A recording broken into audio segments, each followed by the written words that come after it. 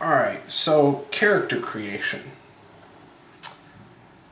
What are your thoughts on doing it in person or by themselves? One of my characters or players who wants to join my game wants to just roll it up at home and submit it for approval, which, that's fine if he'd prefer to do that. I don't care. But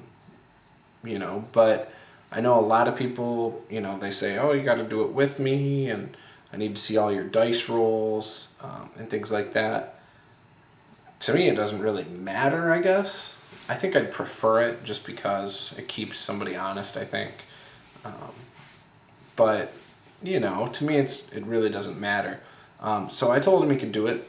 I told him, we're doing 4d6, drop the lowest. And another little thing I do with attributes is if you drop a statistic 2 points, so if you had strength of 17, you could drop it to a 15 to put 1 point into something else. Or if you had strength of 17 and dexterity of, 15, but your intelligence was a 7 and you want to up that, you could take 1 point from dex, 1 point from strength, and then put 1 point into, your intelligence. So it's remove 2 from somewhere and add 1 somewhere, so that's something I like to do as well.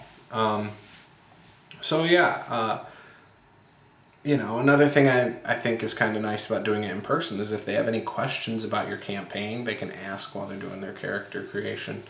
I don't like to really say, hey, this person's playing this character and this person's playing this type of character. You should make this kind of character. I don't like telling someone to do that. If they ask me, hey, what's everyone playing, I'll tell them. But I really want players to play what they want.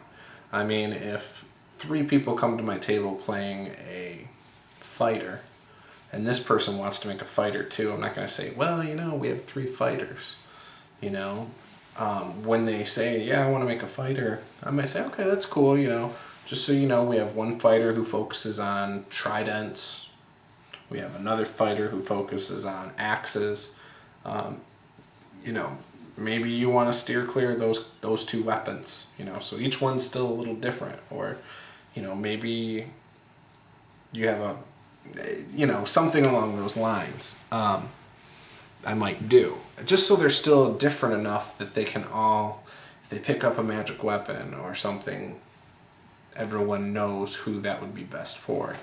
Or, not that you get that every session, but, I like to still let them feel unique, regardless of their class.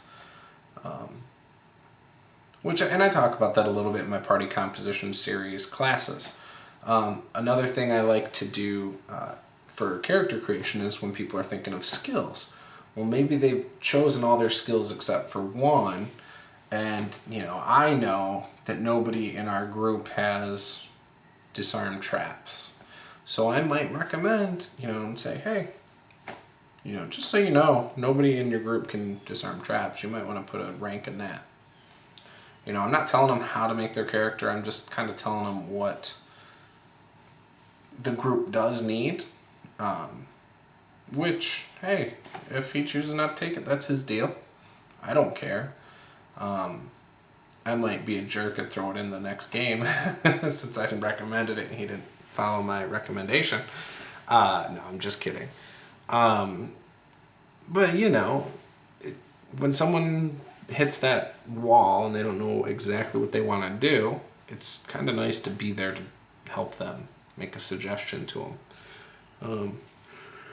Excuse me. So, what are your thoughts? Do you feel like a player should have to make their character in person? Are you fine with them doing it on their own and just trusting what they say?